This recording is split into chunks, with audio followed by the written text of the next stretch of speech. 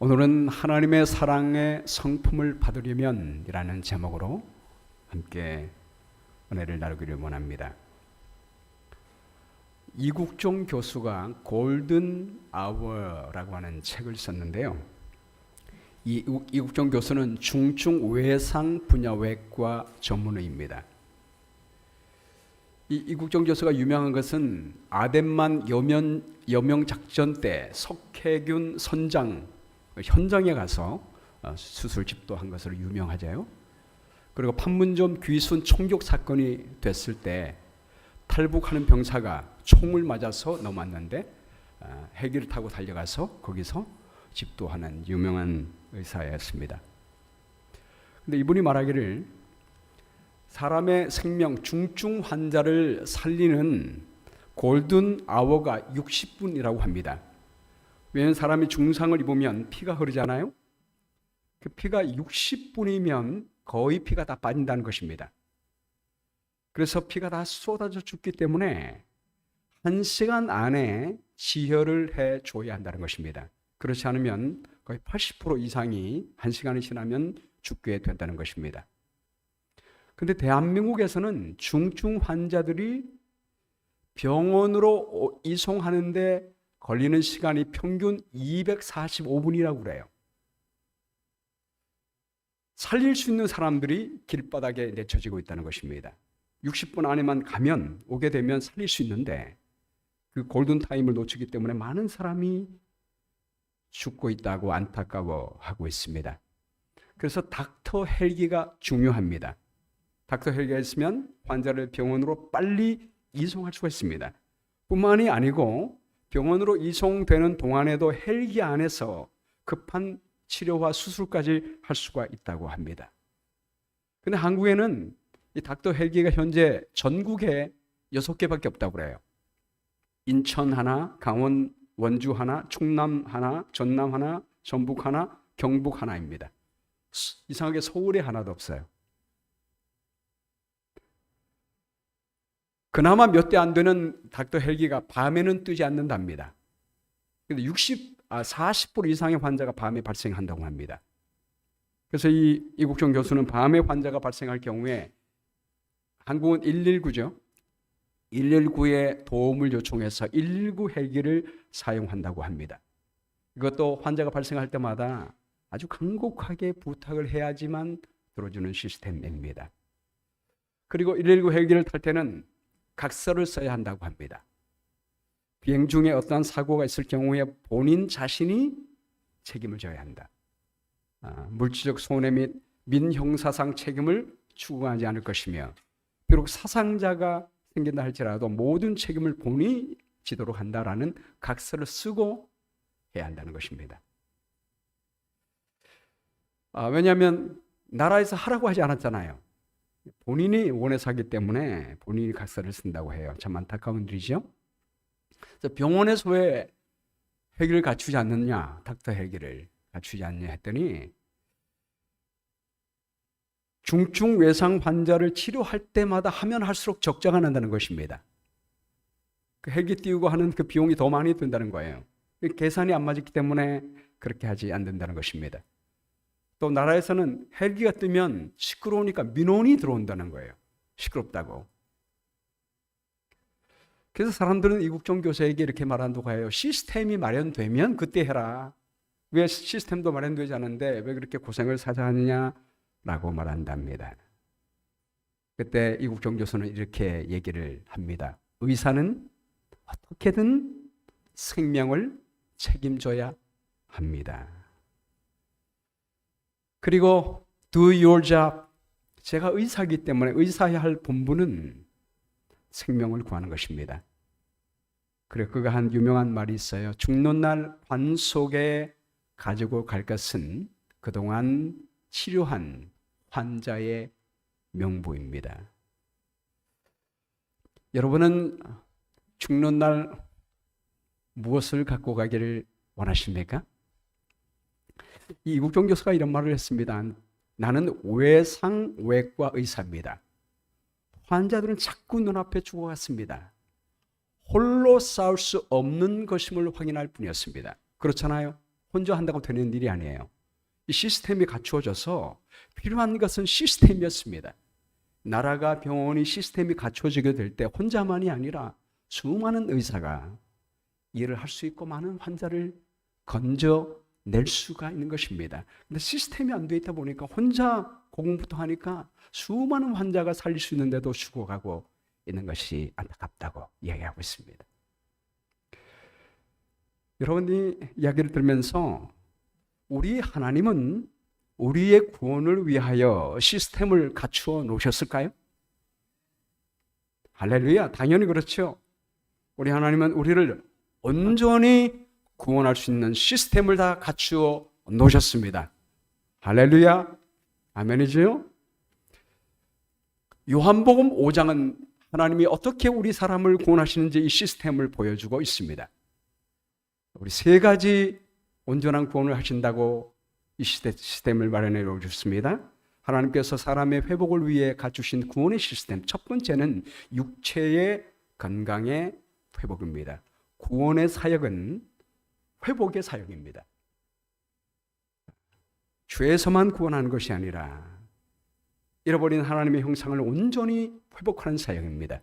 첫 번째, 우리 예수님께서는 육체의 건강을 회복하십니다. 38년 된 병자를 향하여 일어나 내 자리를 들고 걸어가라 라고 하시며 그를 온전히 회복시켜 주셨습니다. 우리 망가진 육체가 다 망가지면 정신도 영혼도 없잖아요. 그래서 우리 하나님은 우리의 육체를 회복시켜 주신다고 말씀하십니다. 그런데 이보다 더 큰 일을 보이시겠다고 약속했습니다. 더 큰 회복이 무엇입니까? 영원한 생명의 회복입니다. 아버지께서 죽은 자를 일으켜 살리신 같이 아들도 자기가 원하는 자를 살리느니라. 영원한 생명의 회복입니다. 부활입니다. 이 부활이 두 가지가 있잖아요. 첫 번째는 영적인 부활이죠. 지금 예수님을 믿는 사람은 영원한 생명을 지금 얻습니다. 사망에서 생명으로 옮겨집니다. 지금 우리는 영적으로 생명을 얻을 수 있습니다. 그리고 두 번째는 육적인 부활입니다. 이를 놀랍게 여기지 말라. 무덤 속에 있는 자가 다 그의 음성을 들을 때가 오나니 선한 일을 행한 자는 생명의 부활로, 악한 일을 행한 자는 심판의 부활로 나오리라. 우리 예수님 재림하실 때 우리는 육신의 영원한 생명을 얻게 됩니다. 아멘이죠? 예, 하나님, 우리 예수님께서 시스템으로 이렇게 마련해 주셨습니다. 그리고 세 번째, 오늘 우리가 살펴봐야 될 것은 하나님의 사랑의 성품을 회복하시겠다고 약속하셨습니다. 너희가 서로 영광을 취하고 유일하신 하나님께로부터 오는 영광은 구하지 아니하니 어찌 나를 믿을 수가 있느냐. 여러분, 성경에서 영광은 무엇을 말하고 있습니까? 영광이 무엇을 말하고 있습니까? 모세가 하나님의 영광을 보여주십시오 라고 기도했더니 출애굽기 33장을 보면 우리 하나님께서 그분의 성품을 보여주셨습니다. 여호와께서 이르시되 내가 내 모든 선한 것을 내 앞으로 지나가게 하고 여호와의 이름을 내 앞에 선포하리라. 나는 은혜 베풀 자에게 은혜를 베풀고 긍휼히 여길 자에게 긍휼히 여기노라. 여호와로라 여호와로라. 우리 하나님은 노하지 아니하고 은혜를 베푸시는 분이라고 그분의 성품을 보여주셨습니다. 우리 하나님은 우리의 성품이 온전히 하나님의 영광의 성품을 가질 수 있도록 해주셨습니다. 아멘이지요? 여러분 생각해 보세요. 이 땅에 우리 모든 사람들이 하나님의 사랑의 성품을 다 갖게 된다면 어떻게 되겠습니까?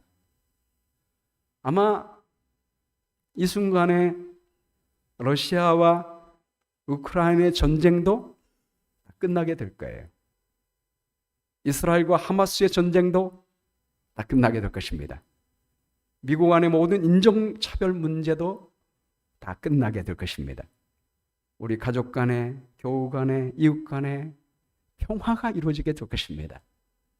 이것이 바로 하나님께서 우리를 향한 회복의 마지막 궁극적인 목적입니다. 육체의 회복뿐만이 아니라 영원한 생명뿐만이 아니라 가장 중요한 것은 우리 하나님의 사랑의 성품을 갖도록 하는 것입니다. 이것을 하나님이 주시겠다고 약속하고 있습니다.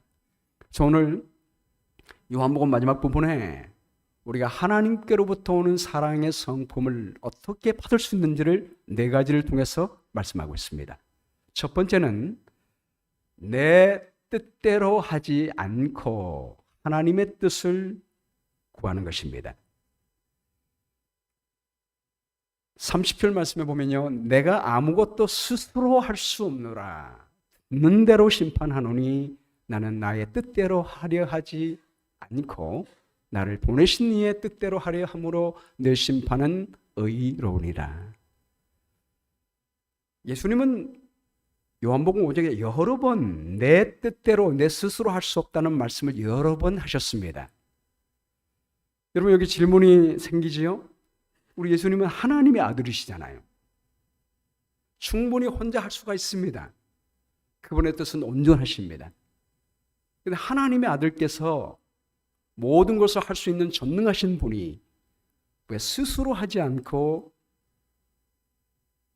내 뜻대로 하지 않고 왜 아버지의 뜻대로만 하시려고 하실까요? 왜 그럴까요?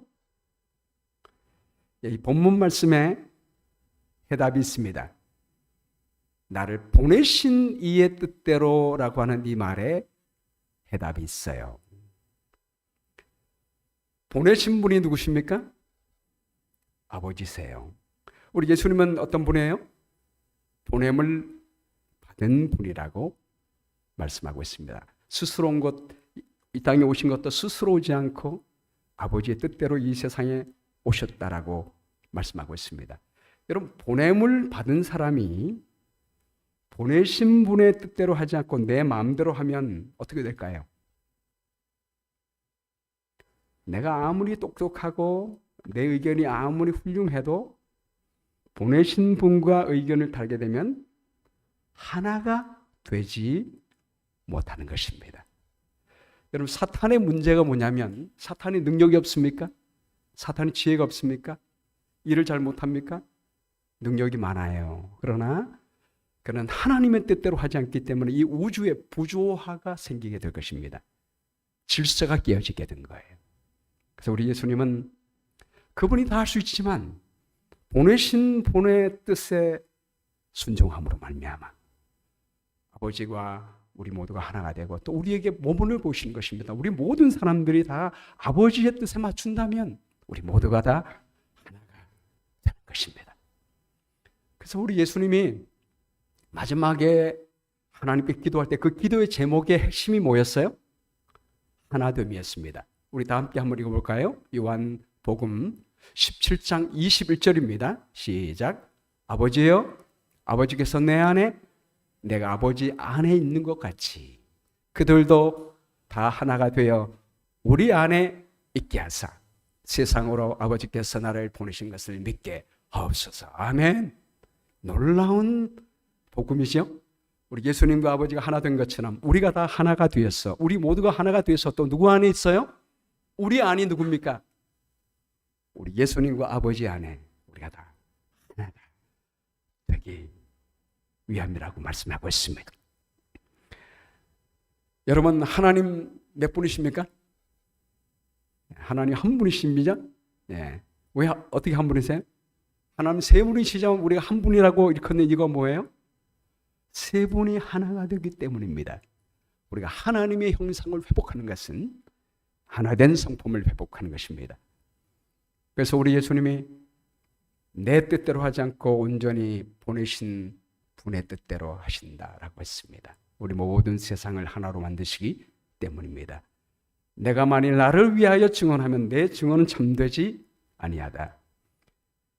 탈무드의 미시나에도 보면 아무도 자기를 증거할 수 없다라고 했습니다. 내가 나를 증거하면 그 증거가 참되지 않잖아요. 근데 내 스스로 하지 않고 내가 아버지 뜻대로 할 때 나를 위하여 증언하신 이가 따로 있으니 나를 위하여 증언하시는 그 증언이 참인 줄 아노라. 우리가 내 뜻대로 하지 않고 아버지 뜻대로 하게 될 때 아버지께서 우리를 위하여 증언하시게 될 것입니다. 아멘이지요?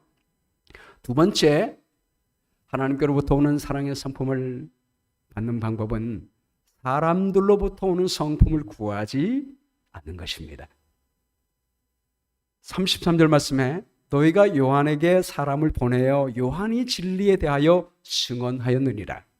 그러나 나는 사람에게서 증언을 취하지 아니하노라. 여러분, 침례 요한은 세상 죄를 지고 가는 하나님의 어린 양이로다. 언제나 예수님을 증언했습니다. 침례 요한의 증언으로 말미암아 많은 사람들이 예수님께로 간 것은 사실입니다.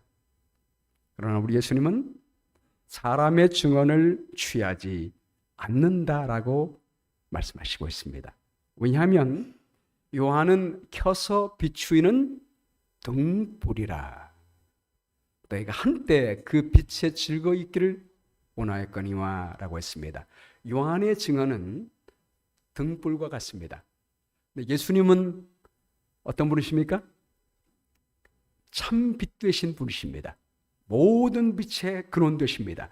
태양빛보다 훨씬 밝은 빛이십니다. 태양빛 앞에 등불을 앞에 두면 어떻게 됩니까? 등불이 피어질 수 없어요. 아무 소용이 없습니다. 캄캄할 때는, 태양이 없을 때는 등불이 피었습니다. 그러나 등불이 태양빛이 있는데 나타났을 때는 등불이 아무 필요가 없는 것입니다. 예수님은 우리에게 너희는 세상의 빛이라 라고 말씀했습니다. 우리의 착한 행실을 통해서 하나님께 영광을 돌릴 수가 있습니다. 사람들은, 특별히 믿지 않는 사람들은 하나님을 보지 못합니다. 하나님의 사랑을 알지 못해요.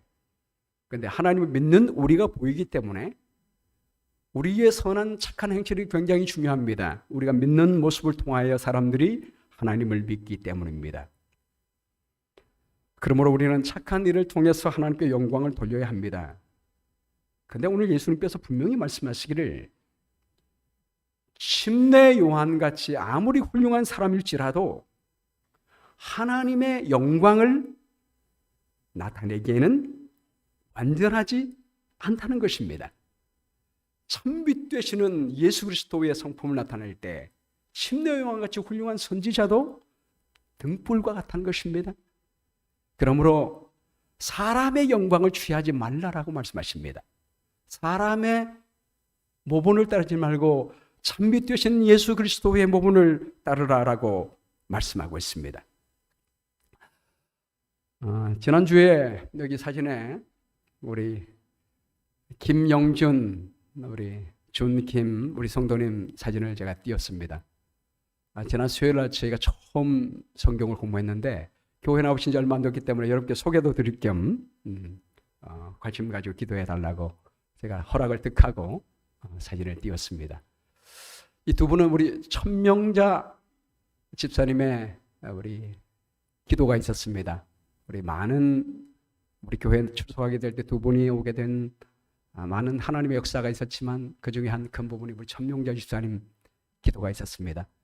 제가 우리 천명자 집사님께 집사님 어떻게 이 두 분을 인도하셨습니까? 라고 했더니 우리 집사님이 말하기를 목사님 제가 이분들을 인도하기 위하여 하나님께 울부짖으며 기도했습니다. 그렇게 말씀하는 거예요. 여러분 우리가 하나님께 부르짖으면 우리 귀한 영혼을 하나님께 인도하기 위하여 부르짖으면 하나님께서 우리의 기도에 응답해 주시게 될 줄로 믿습니다. 제가 성경 공부하는 도중에 우리 준김 성도님이 저에게 이런 얘기를 했어요. 목사님 제가 이전에 교회 다닐 때에는 사실 교회 갈 때 성도님들, 교인들과 만나는 것이 즐거워서 갔습니다. 성도의 교제도 중요합니다. 중요하죠? 네, 중요합니다. 그런데 제가 이 워싱턴 스페스빌 교회 나올 때는 하나님의 말씀이 좋아서 나옵니다. 말씀을 통하여 예수님의 사랑을 깨닫는 것이 좋아서 나옵니다. 그렇게 고백을 했습니다. 제가 그 말을 듣고 오늘 설교 준비하는데 너무 이 말씀과 같잖아요. 그래서 제가 이 말씀을 좀 드리겠다고 허락을 듣고 여러분께 말씀을 드립니다. 여러분 그렇습니다. 우리가 사람의 인도로 교회 나오고 성도 교제도 중요하지만 사람이 온전히 하나님의 성품을 나타낼 수 없습니다. 그렇죠? 그러므로 사람을 보고 교회 나오는 것이 아니라 우리 예수 그리스도의 영광의 광채를 보기 위하여 나오시는 우리 모두가 되기를 주의 이름으로 축원합니다. 우리 사도 바울도 말했습니다. 고린도전서 4장 5절 말씀에 우리는 우리를 전파하는 것이 아니라 오직 그리스도 예수의 주 되신 것과 또 예수로 위하여 우리가 너희의 종된 것을 전파하노라. 우리의 주님, 믿음의 주는 오직 예수님이십니다. 우리는 아무리 잘났다고 해도 우리는 그분의 종에 불과합니다.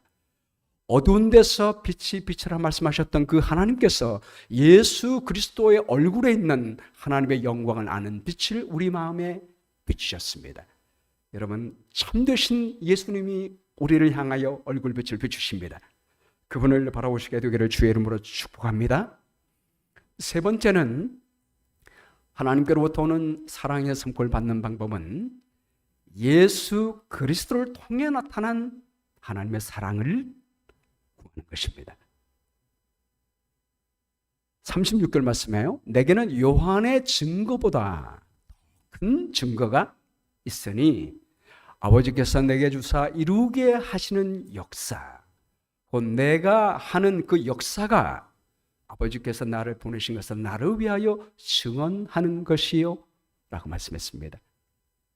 사람의 증언보다 우리 예수님을 통해서 나타난 역사입니다. 이것은 예수님이 행하신 이적뿐만이 아닙니다. 그분의 모든 생애입니다. 그분의 자비한 친절과 그분의 가르침, 그분의 죽으심, 그분의 부활, 그분의 사랑입니다. 우리 예수님을 통해서 우리는 진정한 하나님의 사랑을 깨달아 알 수가 있습니다. 한 번은 빌립이 예수님께 주님, 아버지를 우리에게 보여주세요 라고 했더니 예수님께서 뭐라고 말씀하셨어요? 나를 본 자는 아버지를 보았거늘 어찌하여 아버지를 보이라 하느냐. 우리는 예수님을 통하여 아버지의 영광을 볼 수가 있습니다. 하나님이 세상을 이처럼 사랑하사 독생자를 주셨으니 이는 그를 믿는 자마다 멸망치 않고 영생을 얻게 하려 하십니다. 십자가에 나타난 사랑을 통하여 하나님이 얼마나 우리를 사랑하시는지, 얼마나 여러분을 사랑하시는지 우리는 알 수가 있습니다. 시편 13편은 다윗이 쓴 시예요. 다윗이 얼마나 힘들었으면 이런 시를 썼는지 한번 여러분 들어보십시오. 여호와여 어느 때까지니까 나를 영원히 잊으시나이까? 주의 얼굴을 나에게서 어느 때까지 숨기시겠나이까? 나의 영혼이 번민하고 종일토록 마음에 근심하기를 하며 내 원수가 나를 치며 자랑하기를 어느 때까지 하리까? 여러분, 다윗이 사울에게 쫓겨 다닌 기간이 얼마인지 몇 년인지 아십니까? 12년가량 된다고 그래요. 12년. 우리가 고난을 받아도 1년, 2년까지는 그래도 견딜 수 있는데 5년, 7년, 8년, 10년 넘어서면 계속 고난이 되고 나를 죽이려는 사람 계속 고난이 시작되면 여러분 피로감이 생기잖아요. 특별히 다윗은 잘못해서가 아니에요. 나라를 위해서 충성했기 때문에 오히려 고난을 받게 된 거예요. 나라를 위해서 목숨 걸고 싸웠더니 많은 블레셋 사람들 죽였습니다. 사람들이 말하기를 사울이 죽인 자는 천천히요 다윗이 죽인 자는 만만이라. 그 소리를 사울이 듣고는 시기해가지고 공격하는 것입니다. 전적으로 의롭게 살기 위하여 살았는데 핍박이 오게 될 때 더 견디기 어려운 것입니다. 여러분도 믿음대로 살려고 하면 할수록 그래서 어려움이 닥쳐오게 될 때 그렇게 하나님께 기도하지 않습니까? 하나님 영원히 나를 잊으십니까? 지금 우리 김병무 목사님이 하박국 설교할 때도 비슷한 외침을 하박국이 하나님께 씨름하고 항변했지 않습니까? 여호와여 내 하나님이여 나를 생각하사 응답하시고 나의 눈을 밝히소서. 두렵건대 내가 사망의 잠을 잘까 하오며 두렵건대 나의 원수가 이르기를 내가 그를 이겼다 할까 하오며. 다윗이 여기 두 가지 두려움을 말하고 있습니다. 첫 번째는 사망의 두려움입니다. 사울이 언제든지 그를 쫓아와서 죽이려고 하잖아요. 개인이 아니라 나라가 군대를 동원해서 나를 쫓아오려고 할 때 얼마나 사실 두렵겠습니까? 두 번째는 원수가 이르기를 내가 그를 이겼다 할까 하오며, 내가 핍박받아도 의롭게 살다가 의가 세워지면 보람이 있습니다. 죽어도 여한이 없어 괜찮아요. 근데 내가 죽임을 당했는데 악이 승리했다, 정의가 무너지고 악이 승리했다, 이 모습이 더 두려운 것입니다. 그래서 하나님께 탄원했습니다. 여러분도 이런 기도 들으십니까? 너무 힘들어서, 너무 힘들고 앞이 보이지 않고 희망이 보이지 않을 때 하나님께 이런 기도 드리지 않습니까? 근데 이 기도가 5절 말씀에 와서요, 확 바뀌게 됩니다. 완전히 바뀌게 됩니다. 함께 읽어볼까요? 시작. 나는 오직 주의 사랑을 의지하였사오니 나의 마음은 주의 구원을 기뻐하리이다. 완전히 바뀌죠. 1절부터 4절까지는 정말 고난 가운데 견딜 수 없어서 하나님께 함견하다가 하나님께서 마치 얼굴빛을 숨기신 것처럼 그렇게 마음이 어둡다가 갑자기 5절 말씀에 분위기가 확 바뀌는 거예요. 기도가 완전히 바뀌었습니다. 왜 기도가 이렇게 바뀌었습니까? 내 마음이 주의 구원을 기뻐하리이다. 이렇게 구원의 확신과 기쁨을 가지게 됐을까요? 네, 키포인트가 나는 오직 주의 사랑을 의지하였어, 이 말을 했습니다. 하나님께서 나를 버리셨다고 생각했는데 하나님의 사랑을 기억할 때, 십자가를 통해서 비추어 나오시는 하나님의 사랑을 기억할 때, 내가 너를 이만큼 사랑한다, 하나님이 세상을 이처럼 사랑하사 독생자를 주셨으니, 목숨 다하여 바치신 하나님의 사랑을 발견하게 될 때, 지금 상황은 바뀌지 않았습니다. 여전히 고난이 있습니다. 근데 나를 위하여 죽기까지 사랑하신 하나님이 나와 함께 계시다면 염려할 필요 있어요, 없어요? 없습니다. 고난까지도 하나님이 우리를 위하여 허락하심을 믿는 것입니다. 그래서 하나님을 기뻐하게 되었습니다. 여러분, 바울은 로마서 8장 32절에 말합니다. 시작. 자기 아들을 아끼지 아니하시고 우리 모든 사람을 위하여 내주시니가 어찌 그 아들과 함께 모든 것을 우리에게 주시지 아니하겠느냐. 아멘. 네. 아들을 아끼지 않고 이미 주신 하나님이 앞으로 모든 것을 주지 않겠습니까? 우리가 그리스도를 통해서 하나님의 사랑을 보시게 되기를 바랍니다. 마지막 네 번째, 하나님께로부터 오는 사랑의 성품을 받는 최고의 방법은 하나님의 말씀을 통해 하나님의 사랑을 구하는 것이라고 말씀하고 있습니다. 37절에 보면 또한 나를 보내신 아버지께서 친히 나를 위하여 증언하셨느니라. 많은 증거가 있지만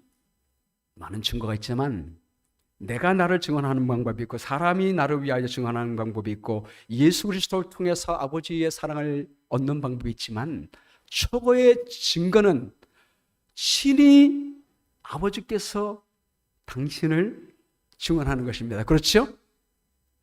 그렇다면 어떻게 아버지께서 친히 우리에게 그분의 사랑을 나타내십니까? 말씀이에요. 맞습니다. 말씀입니다. 그 말씀이 너희 속에 거하지 아니하니 이는 그가 보내신 이를 믿지 아니함이라 라고 말씀하십니다. 그리고 이어서 말씀하기를 너희가 성경에서 영생을 얻는 줄 생각하고 성경을 연구하거니와 이 성경이 곧 내게 대하여 증언하는 것이니라. 그러나 너희가 영생을 얻기 위하여 내게 오기를 원하지 아니하는도다. 여러분, 하나님의 말씀을 보면 하나님의 사랑을 직접 듣고 깨달을 수 있는데 왜 하나님께 오지 않을까요? 왜 그럴까요? 41절에 보면 나는 사람에게서 영광을 취하지 아니하노라. 다시 한번 말씀하십니다. 사람에게서는 영광 취할 수 없다. 하나님의 사랑을 깨달을 수 없다. 다만 하나님을 사랑하는 것이 너희 속에 없음을 알았노라. 사랑의 문제입니다. 그리고 말씀하기를 나는 내 이름으로 내 아버지의 이름으로 왔음에, 나는 내 아버지의 이름으로 왔음에 너희가 영접하지 아니하나 만일 다른 사람이 자기 이름으로 오면 영접하리라. 너희가 서로 영광을 취하고 유일하신 하나님께로부터는 영광을 구하지 아니하니 어찌 나를 믿을 수 있느냐.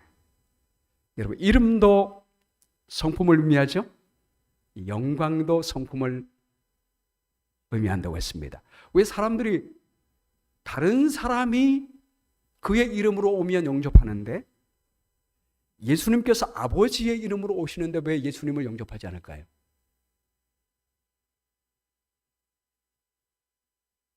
왜 서로 영광은 취하면서 왜 아버지께 오는 영광을 구하지 않을까요?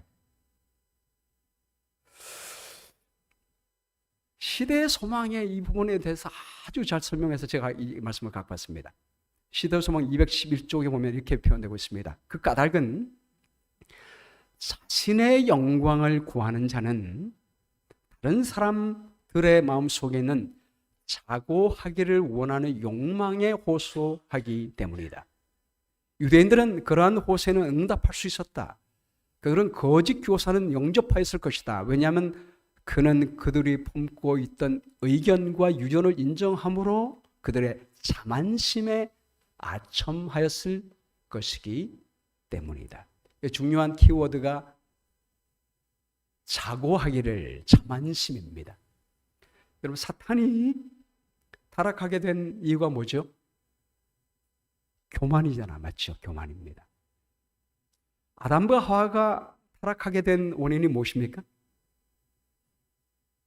예, 사탄이 이거 먹으면 너 하나님처럼 될까봐 라고 하는 말이었습니다. 여러분, 제자들조차 예수님을 믿기 위하여 모든 것을 버리고 다 따른다고 하는 제자들조차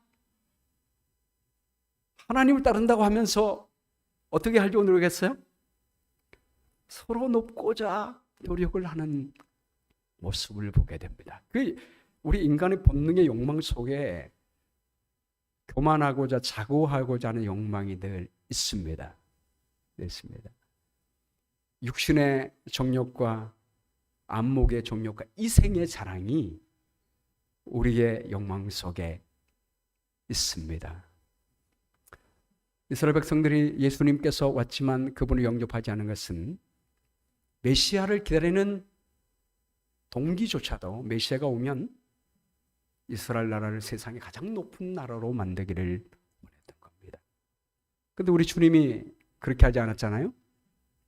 이에서 말하기를 그리스도의 가르침은 영적인 것으로 자아 희생을 요구하였으므로 그들은 그 가르침을 받아들이려고 하지 않았다. 우리 예수님의 가르침은 자아 희생을 요구합니다. 십자가를 가르치는 것입니다. 오늘날 정치인들도 서로를 세우는 이유가 무엇입니까? 내가 높아지는데 도움이 되기 때문에, 서로의 이익이 되기 때문에 서로 밀어주는 것입니다. 누군가가 나를 낮추려고 한다면 대관에 공격할 것입니다. 그래서 예수님은 우리에게 말씀하시기를 나를 따라오려거든 자기 십자가를 지고 나를 따라오라고 말씀했습니다. 여러분, 우리를 희생하는 길, 십자가의 길이 좋은 거예요, 안 좋은 거예요? 복음이에요, 아니에요? 굿뉴스입니까, 배드뉴스입니까? 자기 희생의 법칙은 자기 보존의 법칙이라고 했습니다. 나를 높이면 내가 사는 것 같지만 그게 아니에요.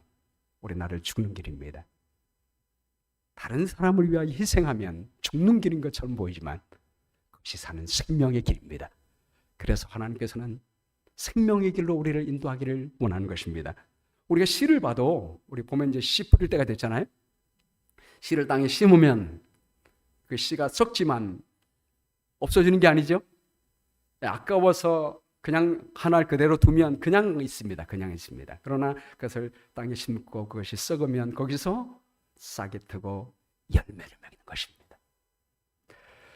제가 지난번에 우리 공고 선교가 다녀와서 여러분께 간증할 때 한번 잠깐 말씀드린 적이 있지만, 제가 고마에서 킨도로 갈 때 8명이 가야 하는데 1명밖에 갈 수 없다고 했을 때 우리 무분가 목사님이 1명 가야 한다면 우리 김 목사님이 가야 합니다. 왜냐하면 거기 있는 모든 분들이 미국에서 온 선교사를 기다리고 있기 때문입니다. 그러더니 어떤 분이 말하기를 절대로 안 됩니다. 외국인은 그분들은 무중구라고 그래요. 우리 하얀 피부를 갖고 있는 사람 무중구 하는 무중구 가면 뛰기 때문에 저희들도 가서 위험한데 절대로 안 됩니다. 위험합니다. 제가 하나님께 기도했고 하나님께서 가라라고 말씀했을 때 제가 가겠습니다. 그래서 I will go. 그리고 갔습니다. 그때 제가 놀라운 경험을 했습니다. 저 입구까지 이제 우리 대원들이 마중오고 그 비행기 게이트 안에 이렇게 딱 들어갈 때 혼자 가잖아요.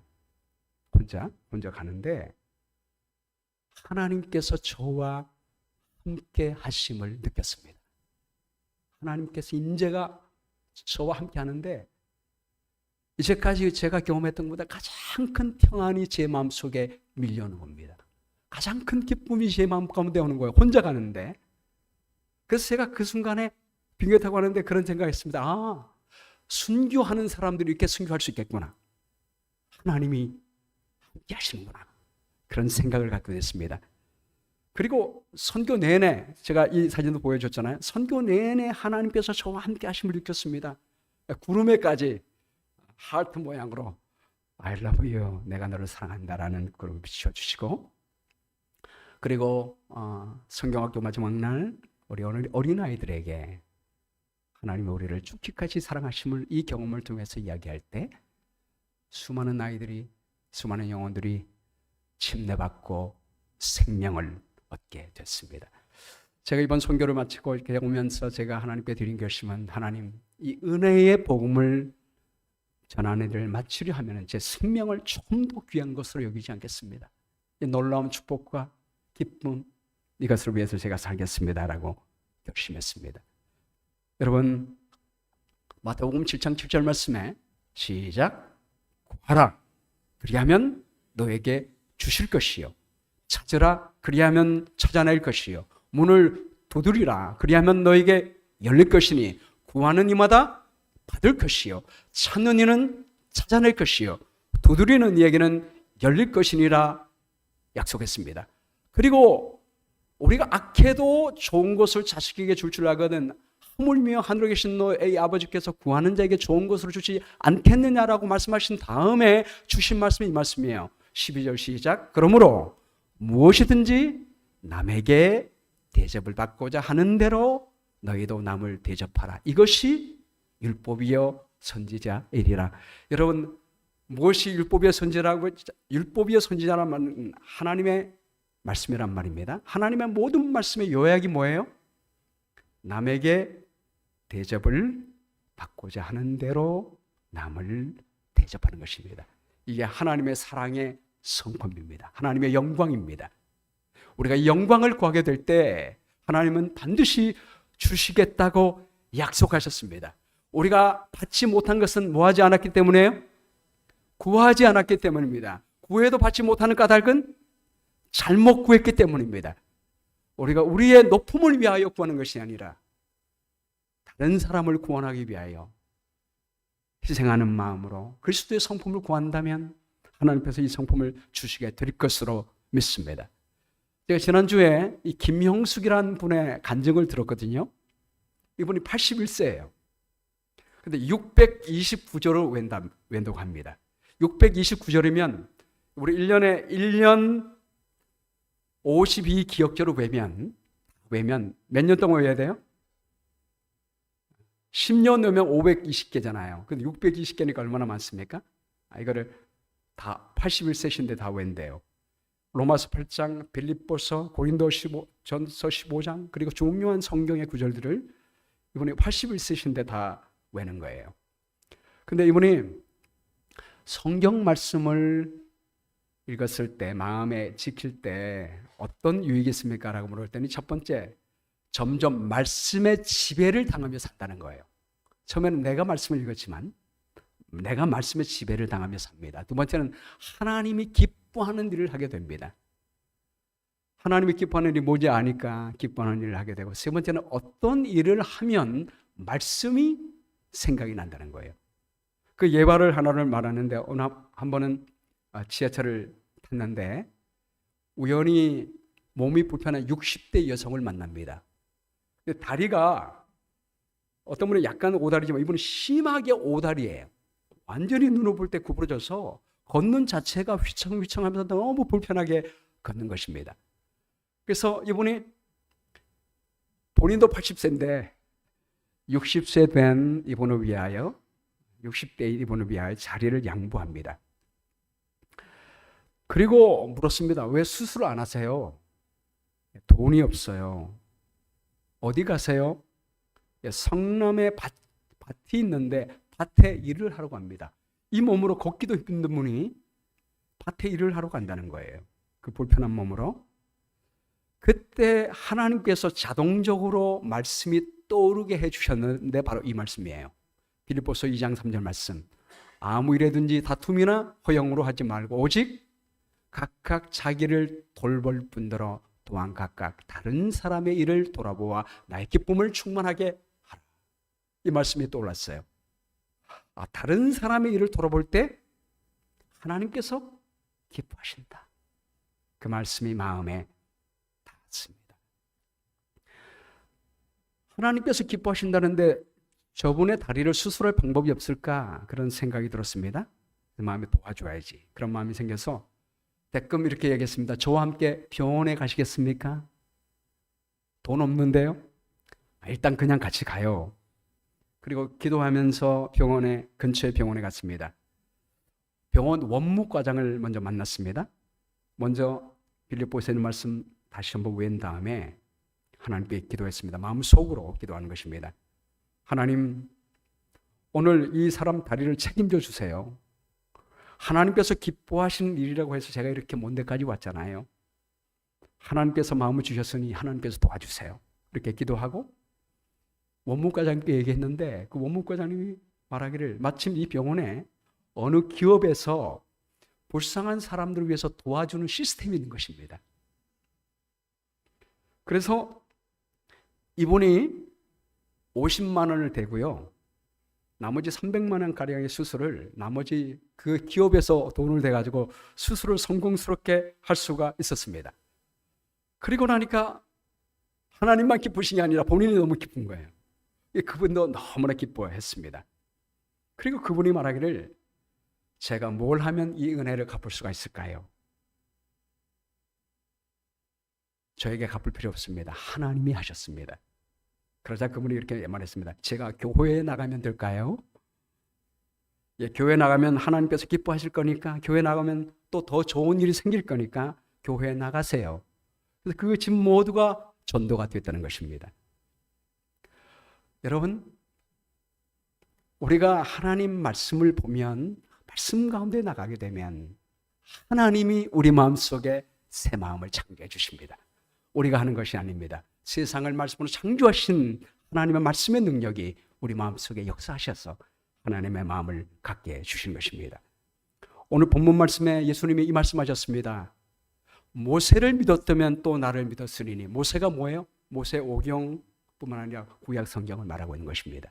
그가 내게 대하여 기록하였습니다. 그러나 그 글도 믿지 아니하건 어찌 내 말을 믿겠느냐. 우리가 하나님 말씀을 보면 하나님의 사랑을 얻을 수가 있습니다. 할렐루야. 너희가 서로 영광을 취하고 유일하신 하나님께로부터 오는 영광을 구하지 아니하되 라고 말하고 있습니다.